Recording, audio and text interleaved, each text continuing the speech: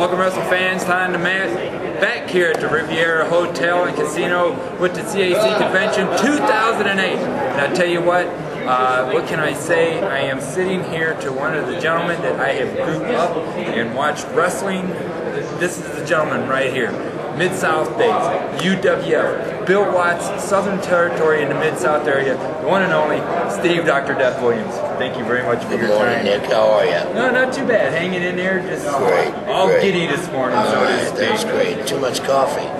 Yeah, actually, it's true. I had about 6 cups. Oh. But anyway, real quick, from your football career, you know, going for Oklahoma and so forth, what made you do the transition from football into pro wrestling?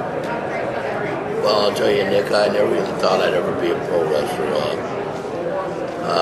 Playing football for Oklahoma, all of a sudden, D-Man, Cowboy Bill Watts, came up to me one day and asked me if I'd like to be a pro wrestler. I said, I never even thought about being a pro wrestler. I want to be a pro football player. And so I said, I'll try it. I went for the weekends, made a few dollars, and that just started my career. I started enjoying it, working down in the South, and it was enjoyable.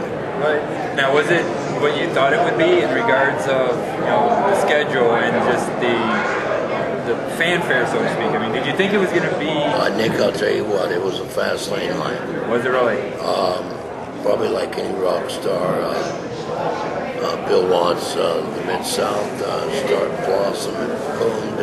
Yes. It was the big man's territory. You had the biggest guys there, King Kong Monday, Andre the Giant. You had some great technicians like Bob Roop, Ted Dibase. I can name a bunch, but it started blossoming, and it was unreal. Speaking about Ted Dibase, at one point in time, you and Ted were tag team champs, but you guys were like on the heelish sides, and you always came out with that helmet also. Starting off as a fan favorite and all that, what was the turn to hook you and Ted up to do the angles that you guys did? Well, Nick, I believe we put two great athletes together. I think when me and Teddy started communicating about how great technician and a guy that with the strength that I had and with the athletic background, we just went together so easy, man. Right, I mean, we watched each other's back, and it was great. It was a great tag team. Definitely. Now, back in the Mid-South area, it was Mid-South Championship Wrestling, and then a few years later, it turned to UWF. Okay, and now you guys are out there towards the Texas, Louisiana areas and so forth, and you've had great bouts, Terry Gordy, Big Boss Man, Bubba Rogers, and things like that. The crowds, with you actually being the UWF champion and all that, when any of your favorite opponents that you liked while you were kind of doing that? I mean, like so you and Terry had a good feud going together. You and Boss Man had a couple of good feuds going together. Were like those like fun times for you in the ring, or I mean, I gotta tell you, I fought against Terry Gordy, and Terry Gordy was my partner. My first 60-minute match, I was just thinking about when you're asking me this question. I was in Tulsa, Oklahoma. First 60-minute Broadway with Terry Gordy, and probably one of the highlights of my career. I enjoyed fighting against him and with him. Nick, I've been blessed, man. If you look back at my career, what some great tag team partners I had. I had Ted Dibase, Terry Gordy, Andre the Giant. That's right. And Gary Albright, who I wrestled him. He went to Nebraska and I went to Oklahoma. At the NCAs, we wrestled against each other. And then we became partners and tag team champions over in Japan. Wow. I mean, I've had great partners. Now, was it, like everybody says, was it hard working for Bill Watts? I mean, did he rule with an iron fist like a lot of people claim that he did? Nick, he ran a tight ship. Yeah, he did. How the business should be ran. instead of the boys running the business or the Marks running the business, Bill ran the business the way it should be, and he didn't tolerate with anything. Even me, I was his protege, and he brought me up right, man. I respect this business and I love it. Absolutely, same here. Real quick also, I don't want to keep you too much longer here. If someone came up to you today and says, Mr. Williams, I want to get into the business, what should I do to break myself in? What piece of advice would you give to someone out there today about the business? Nick, I get asked that a lot. I'm back in the ring wrestling for independent companies, and I put on these seminars that what I did is trained a developmental group out of WWE, Louisville and Georgia and Tampa. And I get that question asked a lot. Bottom line, I tell the boys who want to be in the businesses to research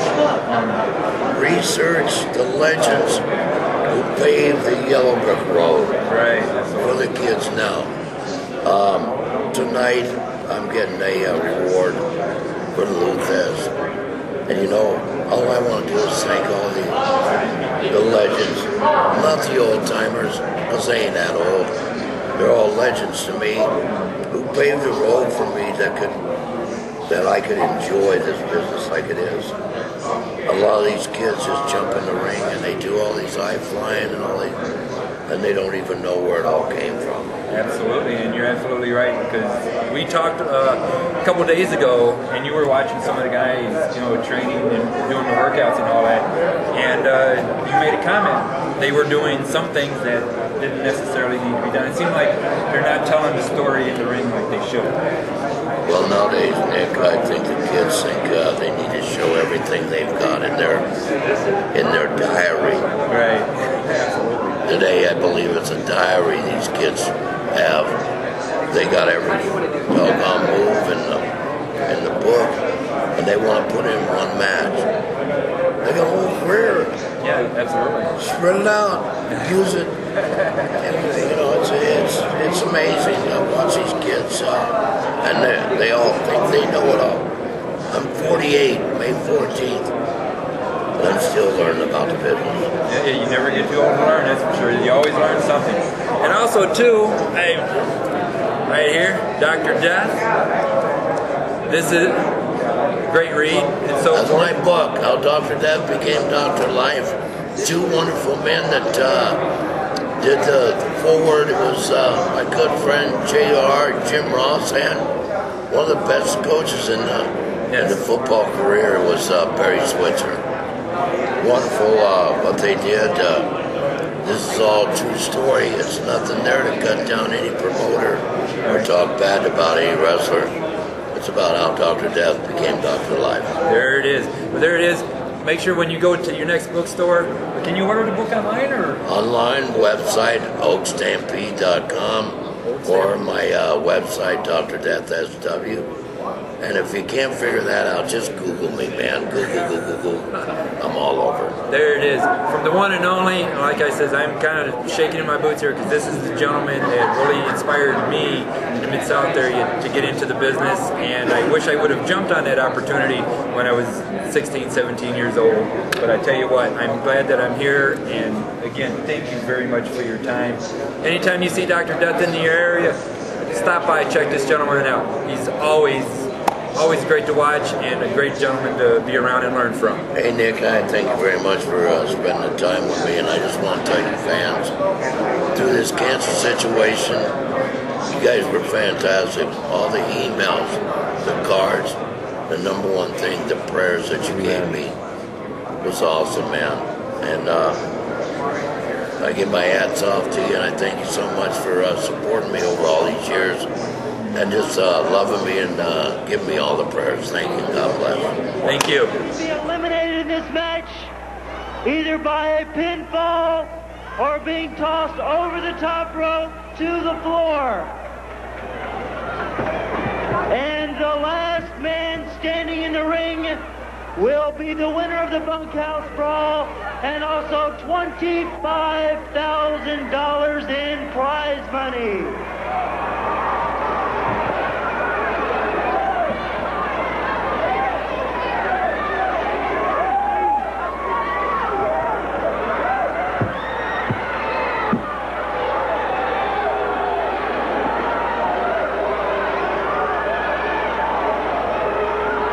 So there you have a preliminary introduction of this event. You're going to see a history-making event in Houston, Texas that night, because $25,000 is going to go to the winner of this 22-man Bunk House Battle Royal. You heard the announcer explain that the wrestlers can come in dressed as they are.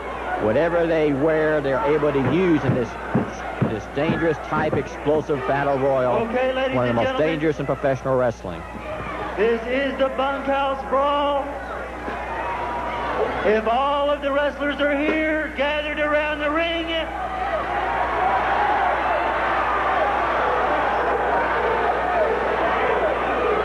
when I leave the ring and the referee signifies the bell, the match will begin.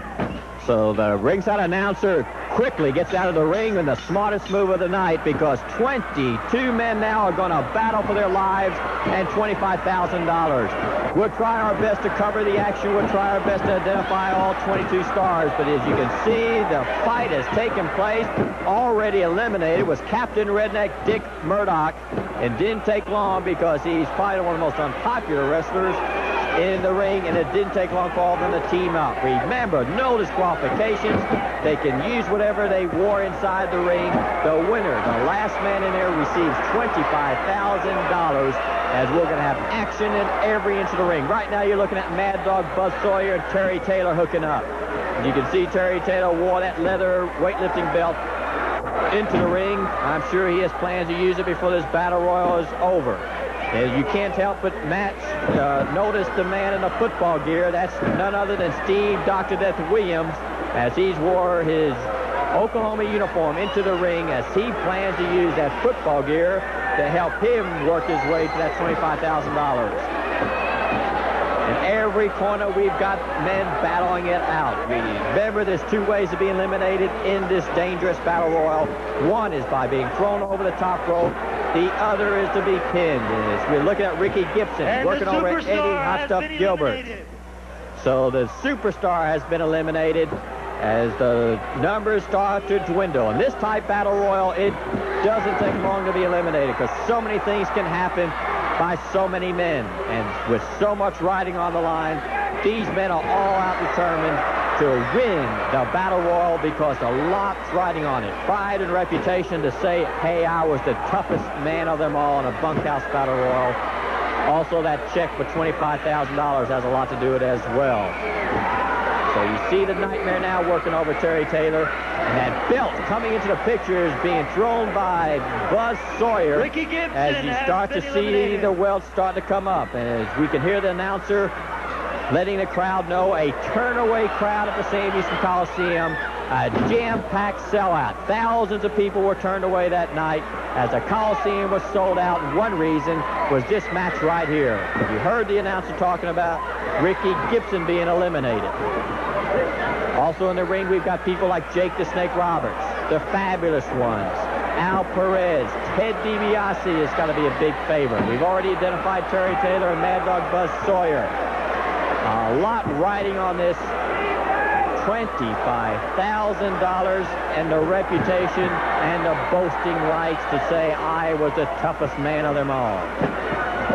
And Ted DiBiase, he's the man using that belt now, but he's also the man who just received that clobber behind the head by Steve Kern. Now you're looking at Rob Ricksteiner receiving the headbutt of Steve Dr. Williams. Dr. Death has a nickname for that football helmet. It's called Mr. Helmet. And you see him use it, you know why he wants the recognition of Mr. before it. He's driving the helmet into the back of Steve Kern, as we are now down to roughly 10 wrestlers. 10 wrestlers left in the ring to battle for $25,000. You can see the referee. He's smart enough not to be inside the ring. He is outside the ring. The only time you see him step inside the ropes is to try to administer a pinfall, but he is more concerned with watching to see who is eliminated over the top rope. In the background, DiBiase's taking a chunk out of Mad Dog's head, and following up the attack is Terry Taylor. As now Dr. Death working over Dickie Slater. We failed to mention Dickie Slater, and you better not fail to mention him, because he is one of the top favorites to win this event. There's not too many wrestlers, if there's any wrestler, who's tougher and rougher than Dick Slater. But Jake the Snake Roberts is working over Dick Slater in the middle of the ring. In the left-hand corner, you see Terry Taylor working over Mad Dog Buzz Sawyer. In the far left corner, you got Ted DiBiase and Steve Kern. Now you've got Dr. Death making his way to that corner. He almost hit his tag team partner, Ted DiBiase, because when you get into that type of mood where you're fighting every man in sight, Ted DiBiase and Steve Dr. F. Williams are one of the several wrestlers who have an inside track, because they are tag team partners. As they have mentioned going into this Battle Royal, they are out to win it as a team. So is the Fabulous One, Stan Lane and Steve Kern. They have that distinct advantage, too, that they feel that the odds are better if the two of them work together to eliminate the other 20 wrestlers. So now we're starting to see more use of the belts, more use of the fists, as the wrestlers starting to resort to other means of trying to get the other men out of the ring.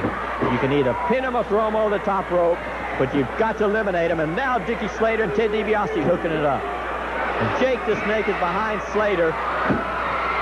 We've got Rick Steiner holding that belt as he threatens to hit Dr. Death. But there's a good shot of the cat fight that's going on between Slater and Ted DiBiase. And in the background, you saw Terry Taylor go crashing to the floor.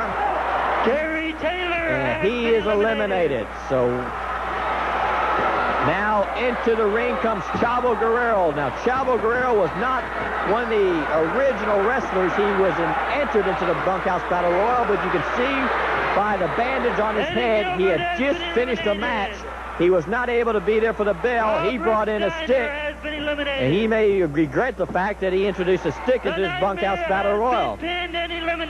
That's one of the dangerous aspects of this Battle Royal, is that you may be able to bring in something or wear something, but you've got to make sure it's not taken from you and used against you. So it looks like we've got Jake the Snake Roberts has been eliminated. As with the entrance of Chavo, it looks like we're down to roughly 8 wrestlers. 8 wrestlers still in the running for the $25,000. A sellout crowd in the Coliseum. They're watching as the action continues to bust loose, as they watch some of their favorites already eliminated, as they also now start to throw their support with a few remaining favorites that they see in the ring. Slater using that stick. Going down to the mat is Al Perez. Now we've got a stick against a chair, but Steve Kern prevents that confrontation from taking place. That's Dr. Death, and I mentioned before, this is going to be one of the most unusual matches you ever saw. It's also one of the most dangerous matches for professional wrestlers. It's one reason you don't see this type Battle Royal too often. So we've got Stan Lane in there. We've got Mad Dog Buzz Sawyer. We have Steve Dr. Williams. We have Ted DiBiase. We have Dick Slater. And the other half of the Fabulous One, Steve Kern. That's Dr. Death, who, football equipment or not, he wasn't able to stop that thrust by Slater. Look at the look, please look on Dickie Slater's face as he sent the All-American Dr. Death down on the mat. DiBiase now and Slater fighting over that stick. Here's the Mad Dog lining up Dr. Death, rears back that chair, and that helmet has come in handy. Chavo Guerrero has been eliminated. So we've got Dickie Slater in the ring. We've got Steve Dr. Death Williams. We've got Buzz Sawyer. We've got the Fabulous One still in there. And we've got Mad Dog Buzz Sawyer frustrated now that he wasn't able to stop the continued charge of Dr. Death. Outside the ring, we have Ted DiBiase and Dick Slater. They are both still in the Battle Royal. And Dr. Death now pounding on the Mad Dog. Now Steve Kern inching up. Those are the Fabulous Ones. And that chair catches the back of Dr. Death. It slowed them down now as Stan Lane and Steve Kern, the Fabulous Ones, try their luck in defeating Dr. Death. The helmet pops loose, and that's bad news for Dr. Death, because that was one of the things that was able to protect him from that use of the chair by the Fabulous Ones. Now now Steve Kern, and Kern crashes that metal chair across the head of Dr. Death. Up in the ring, we have 4 men. Dickie Slater and Ted DiBiase are outside the ring. They are still officially involved in this Bunkhouse Battle Royal. No disqualification. Anything goes. as they've got the Mad Dog's chain. They've got Dr. Death lined up. They send him, and then Dr. Death was able to stop that chain from coming across his neck, and that the weight of that chain crashed the Fabulous Ones. Ted DiBiase has the stick. He's taking care of business against Dickie Slater. Dr. Death is taking care of business against Mad Dog Buzz Sawyer. As the Fabulous Ones look on, they see DiBiase with that stick. They see Dr. Death with that chain. And the four men scooted outside the ring. Now, they have not been officially eliminated, but who is brave enough or crazy enough to get into the ring with Steve Dr. Death Williams swinging that chain? You can see Dr. Death. He smells $25,000. He sees his partner, Ted DiBiase, as Ted DiBiase's been egging him on with that stick. As Dr. Death and Ted DiBiase daring any of the remaining contestants to come back in the ring and battle for the $25,000. We've got the referees conferring. Ted DiBiase's in the ring. He's ready to battle. Steve Dr. Death Williams is in the ring. He's ready to battle. They are anxious to continue this bunkhouse battle royal. Their teamwork has seemed to be paying off as they are 2 against 4. Mad Dog making his way in the backside, trying to sneak up on DiBiase and Dr. Death. But even the Mad Dog, who there could be a great debate on exactly where he stands on the sanity level, I believe even the Mad Dog has enough common sense to get into the ring with Ted DiBiase, Steve Dr. Death Williams. There's a hookup with the chain as Dr. Death is encouraging him to come on in. Good shot as the Mad Dog debating the question, should he get back in the ring and continue the fight? Maybe logic won out. But Dr. Death Williams and Ted DiBiase have won the historic $25,000 bunkhouse battle royal right here in the Sam Houston Coliseum. Both men are $12,500 richer as they proved that they were the toughest men of them all. We talk about announcers in wrestling. These two names always get mentioned to set the standard by which we judge excellence. Certainly, Gordon Soley is one name that you hear, and the other name that you hear, of course, is Jim Moss. And so we're very privileged to have Jim with us tonight, and I'll ask Jim to come up to present the award.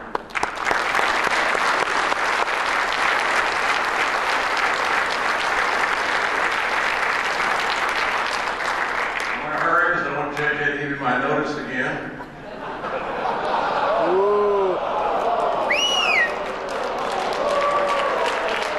I'm not the only one here who's given notice too, so excuse me. You took my job, so you know to only work with the messenger for what's his name? Exactly. Still trying to live here. This has been really a fun deal for me. The first time I've been to the Hall of Fire Alley Club certainly will not be the last. I certainly would challenge all the folks that are here for the first time to come back next year and bring someone new with them, because it's been a great experience and I wouldn't trade it for anything.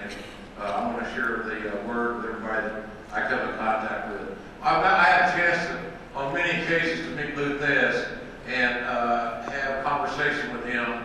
And for a lifelong wrestling fan, someone that sort of half-assed back into the business as Leroy McGurk's whiskey and cigar buyer and driver, I felt like I was kind of in the presence of Babe Ruth as a baseball fan. Lou Thez was amazing. And for my friend Steve Dr. Death Williams to win this award is an amazing accomplishment and achievement for Steve, because we know it was named for Lou Thez. Steve is the 6th recipient of this award and the 4th with Oklahoma ties. And me being a native Okie, I can bring it up, Terry. I didn't notice you put your boots either. Antonio Inoki, Jack Briscoe, OSU, the great Danny Hodge, my first writing partner, my mentor back in 1974, Vern Gagne, Dick Hutton, another Oklahoma State Wrestling All-American, and now a man that I'm about to introduce. This October will be 4 years cancer-free. which is the greatest victory of all. We're doing competition behind the lovely unair-conditioned Irish and Middle Boys Club in Shreveport with the same 150 people, some missing teeth, some not, didn't matter, all sitting in the same spots, all knowing the same spots, and if the guys that miss a spot, the fans in the front row tell them what they missed and how to get it right. Steve was working the match with Brad Armstrong, Cowboy Bill Watts, who never missed a detail, was upstairs watching closely on the monitor, and as I understand it, remember it. Nonetheless, Steve got a cut over his eye with an elbow, and he had 108 stitches. Finished the match, it's no exaggeration. It's not I had the belt, we sold out, we got blood, sold autographs, there's so many people. Steve had 108 stitches. And people would say, well, Steve, what are you going to do tomorrow? And Cowboy spoke up and said, hell, he's going to Biloxi. He's booked. By God, we got a big cage match in Houston on Friday night. And Paul Bosch and I got a big advance, and he's going to be there to wrestle Ted Dibase. So Steve drove to Shreveport to Biloxi and wrestled with 108 stitches in his eye and didn't miss a beat. It didn't affect his matinee good looks. He's a tough son of a gun. He's a four-time All-American in Oklahoma in wrestling. Played 4 bowl games with the Centers in football. Just thought I might mention that. But he's a wonderful human being. His wrestling coach told me before I left, Steve Williams is the most loyal man that I've ever coached. And that's not because he's a 4-time All-American. Because if you got to the gym, you knew good old Doc. Dr. Steve Williams was there. I'm proud to welcome and present the great Lou Thez Award to my friend, Steve Dr. Death Williams.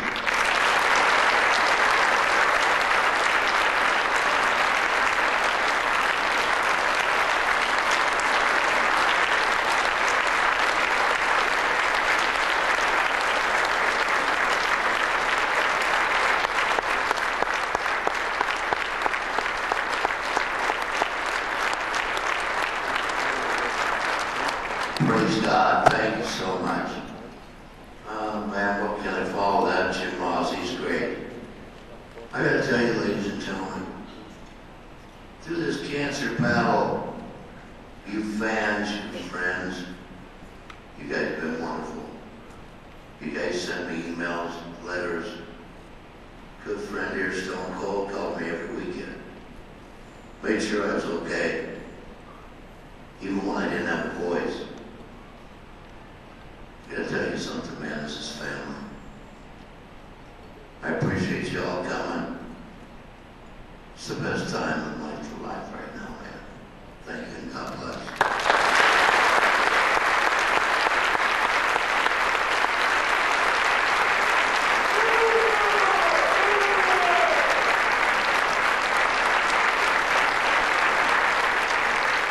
This tag team event, 1 fall, 10-minute time limit. In the red corner, the Mid-South Tag Team Champions, Ted Dibase and Dr. Death, Steve Williams.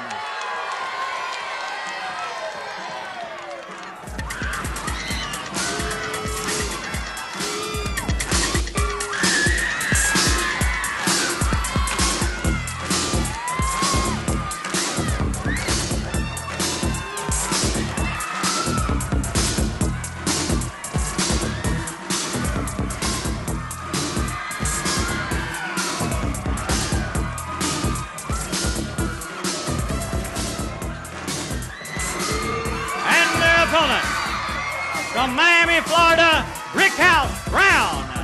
And his partner from Marietta, Georgia, Brad Armstrong. What a matchup this is going to be, ladies and gentlemen. The Mid-South Tag Team Champion, Ted Dibase and Dr. Death. There you see him. Going against Brad Armstrong in the green tights. And, of course, his partner, the irrepressible Brickhouse Brown. It's Armstrong and Dibase, certainly no strangers to each other. Starting this confrontation, Joel, a tremendous tag team battle we are about to see. Well, once again, right here on Mid-South Wrestling, you get to see main event caliber wrestling in action, right in your own living room. And I'll tell you, there's nothing like it in the live arenas. It's fun to watch on television. But you get out and you watch a match. Dibase's really taking over on Brad Armstrong. Brad Armstrong reverses the arm whip, really elevates Dibase. drop kick. Another drop kick. He's got DiBiase on the run. Armstrong's on fire. So is this crowd at the Irish O'Neill Boys Club in Shreveport.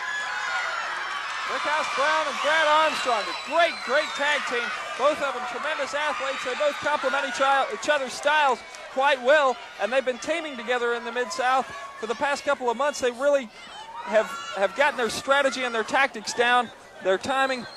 Everything's together with these two. I think they're on an all-time high right now, and I think that if the element's right, we may see an upset here. Well, I totally agree with you, Joel. Their record in the 90 percentile. Armstrong, he is really cooking with gas here on Mid-South Wrestling. Oh! DiBiase quickly turns the tables on Brad Armstrong, using the ropes to his advantage. Oh! Phenomenal clothesline by Dr. Steve Williams. 1, 2! And we got a very, very near fall in that situation.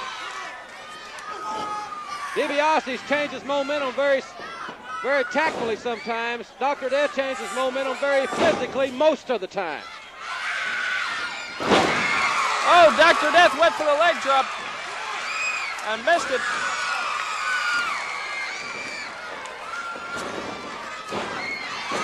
Brickhouse Brown is doing some serious walking tall. Dr. Death tags out to Ted DiBiase. He's got a serious eye laceration. He really got hammered. Ted DiBiase off that second rope.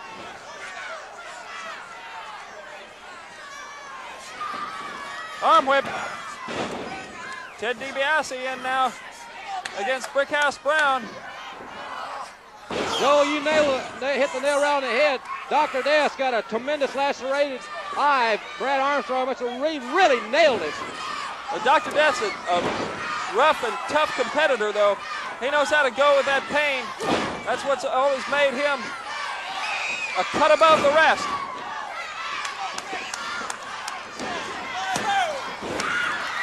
Brickhouse Brown, that's tremendous strength. He powered out, but Dr. Death, he is vicious in this encounter.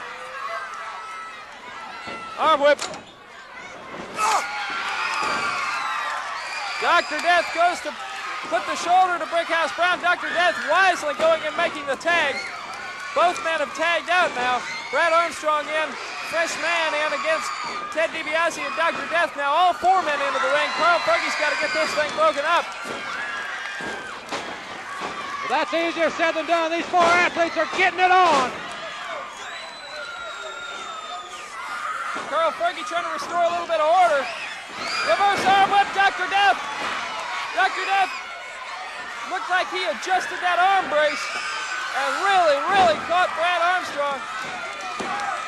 Figure four, Brad's out. Brad is unconscious. Well, DiBiase's figure four was for more pain, but Armstrong was unconscious. Dr. Death loaded the arm brace, and he really nailed him. There you see the winner of the Mid-South Tag Team Champions, and we'll be back with Hacksaw Jim Duggan right after this.